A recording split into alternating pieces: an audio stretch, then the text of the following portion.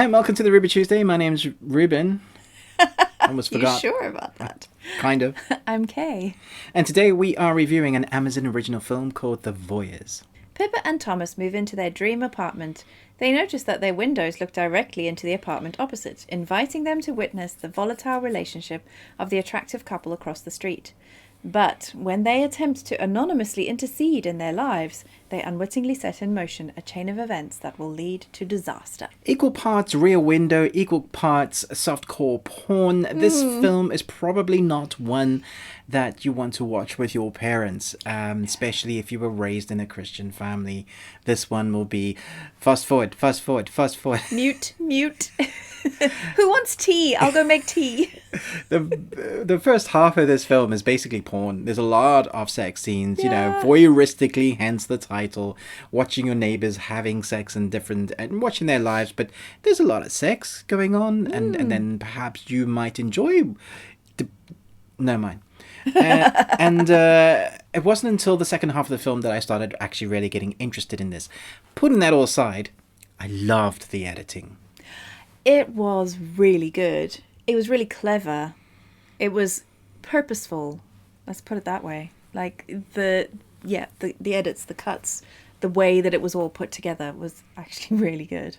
Yeah. So between the cinematography and the editing, I thought it was the thing that stood out. Mm-hmm. I didn't think the acting was bad at all. I thought they all played their parts really well. They, for the most part, didn't look like they had butt doubles or anything. So bravo, your bodies are... amazing. Just well done. They look real good, guys. Well done. Yeah. I mean, those nipples are syrup perky. That's what you noticed. I don't know. This just came into my head now. Yeah. Okay, fair enough. Tell me what you thought about this film. Hours and hours and hours at the gym before every take. Yeah. I think I was a bit frustrated by the sex felt a little bit gratuitous in parts. Like it really didn't need to. I mean, it was integral to the story, and I guess they had a point to make with it, so that's why there was so much of it. But it was like, I was like, I think I'm just going to go and scroll through like Amazon and try and buy something. And, I don't need to be watching this. Yeah, so with the amount of sex scenes there are, you understand why they have it. But there was definitely a few sex scenes where they could have cut probably half of what they were showing, and you would have totally forgotten what they were trying to do. Even when the plot goes to a place where you, I'm not doing spoilers, where you're like, okay, I'm sitting forward now, you've got my interest, well done. There isn't, if you had taken a bunch of that nakedness out, not that I'm a prude at all, I don't think I am, but I was just like, I want more story than more nakedness, and I don't feel like the more nakedness is adding to the story. Does that make sense? I hope so. But apart from the editing, I thought was fantastic. Cinematography looked great. The acting was good. The ending, you will guess probably I did. Yeah. Like when you're like, oh, look, we're clever. But I was happy it went that way. Mm-hmm.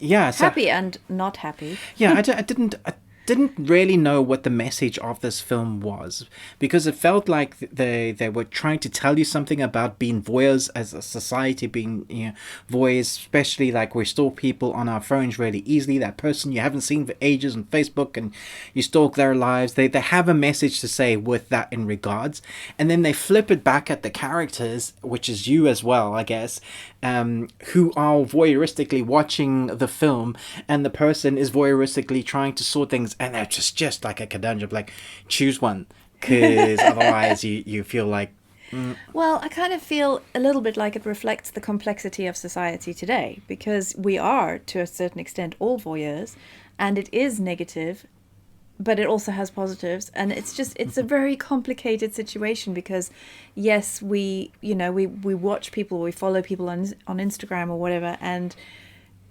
what they're presenting us with is a version of their lives. It's not real. To a large extent, the kind of things people go through to make a good Instagram post. I mean, it's a big joke because it's all fake, isn't it? Exactly. Yeah. And that's what movies are, and I think that's part of the message. There is also a theme here of obsession, and I think adding that into the weight of the voyeurism is probably where it's most interesting. You see kind of what happens with obsession. For me, that was probably the most interesting thing about the story. Not nice to watch, but interesting to see a character develop on those many cues when you can see they're going down a rabbit hole and you know they shouldn't be making those decisions. Yeah. You're like, oh, please stop now. So I'm going to give this a C plus, B minus. I think it's a C plus, B minus film. Yeah, I think it's a C plus. It's beautifully shot, though. Like, if you if you fancy watching a little bit of light pornography, it's very beautifully done. Yep, absolutely. For the most part. So that's our review. I'm going to talk about the ending quickly. So if you haven't watched this, switch off now and go check out the film and then come back and check out the ending. So the ending was partly where I thought this film got interesting. A little bit further back than the ending. But it's that moment where you figured out that they killed...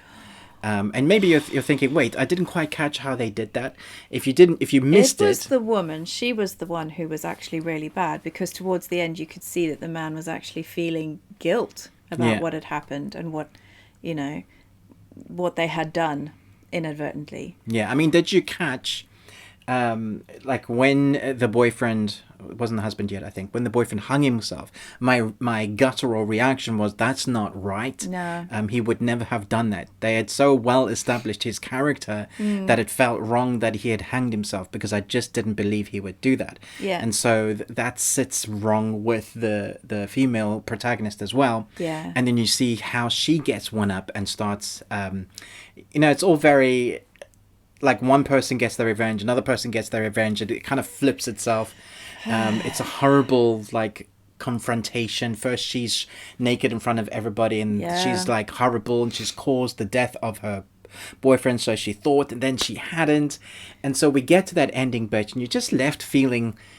But he's still dead. Yeah. That's the ending that you're left with. Yeah, after all your nonsense, after all, like, you trying to prove a point or you trying to do something for art, you were willing to kill somebody for your art. Yeah. At what point does it just become wrong? I mean, the retribution that she gets in the end by taking their sight is, it's pretty fitting, I would say. But it still doesn't feel like... it doesn't fix anything. No. Now everyone's broken. Yeah. Maybe Two wrongs don't make a right. Exactly. Oh, let us know your thoughts below. Did you catch those moments? Did you understand the ending? I know sometimes when they do the flip side and you're like, wait, what's going on now? Yeah. Who killed who? Let us know in the comments. Did you see anything else along the way that kind of sparked your, wait, I know what's going to happen? Yeah. Often these films let you know earlier on. They try not to, but you just know. You're like, ding, light bulb. I know what's going to happen. So chat to us in the comments. Thanks so much for watching this, but most of all, until next time, remember, Live long and Tuesday.